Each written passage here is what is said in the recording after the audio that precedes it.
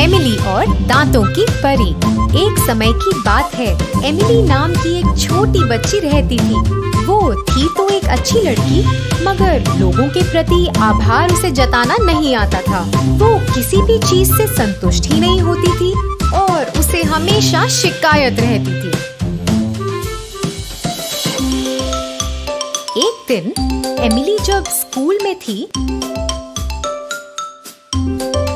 उसने अपने दोस्तों को बहुत उत्साहन से कुछ बात करते देखा।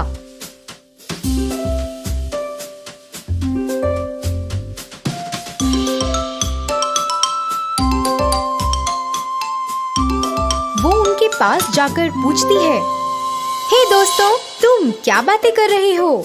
अरे, हमें पता चला है कि यहाँ एक दांतों की परी है जो बच्चों के दांत गिरने पर उन्हें पैसे देती है। हम पैसे कमाकर कुछ भी खरीद सकते हैं। अरे वाह, ये तो बहुत अच्छी बात है। मैं तो बहुत पैसे कमाकर खूब खरीदारी कर सकती हूँ।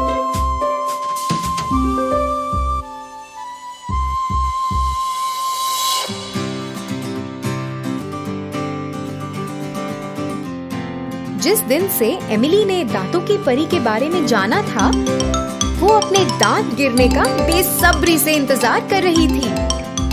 वो हर रोज अपने माता पिता से पूछती, माँ, पिताजी, मेरे दांत कब गिरेंगे? ये तो बहुत वक्त ले रहे हैं। आखिरकार इतने इंतजार के बाद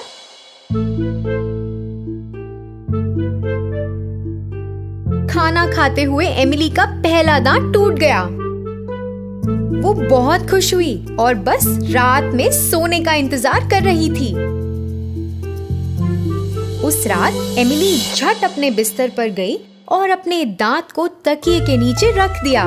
फिर वो बेसब्री से दांतों की परी का इंतजार करने लग गई। उस रात दांतों की परी फहराते हुए एमिली के कमरे में आई। वो तो एमिली का दांत लेकर और उसकी जगह एक सिक्का रख ही रही थी कि अचानक एमिली उठ गई। उसने परी की ओर देखा और फिर अपने तकिए के नीचे। क्या? बस एक सिक्का? इतने कम पैसे में क्या करूं मैं? तुम ही रख लो, मुझे नहीं चाहिए। ऐसे अपशब्द बोलने के बाद एमिली ने उस सिक्के को परी की ओर फेंका, तकिए को अपने सर पर रखा और सो गई। दांतों की परी को बहुत ठेस पहुंची थी। उसने सिक्के को देखा और वहां से चली गई। उस रात के बाद दांतों की परी एमिली के घर कभी वापस नहीं लौटी। एमिली अगली सुबह बहुत गुस्से में थी जब स्कूल गई।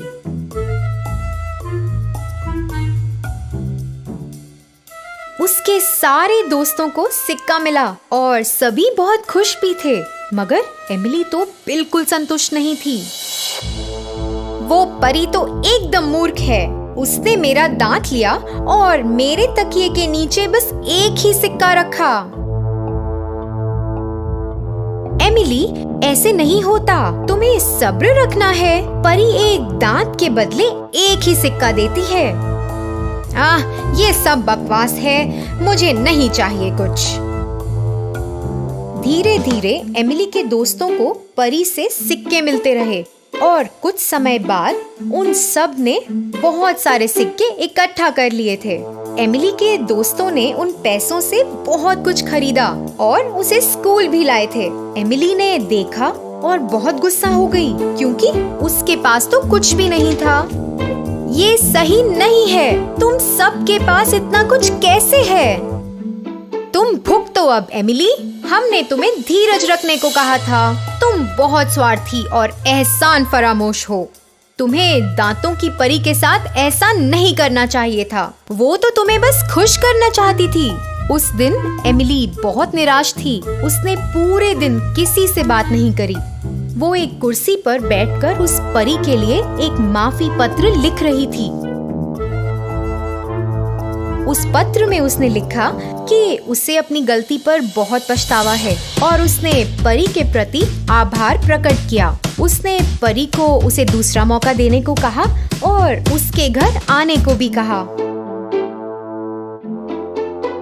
एमिली ने वो पत्र अपनी दोस्त को दिया और उसे अपने तकिए के नीचे अपने दांत के साथ रखने को कहा। उस रात परी को वो पत्र मिला और उसने एमिली को माफ कर दिया।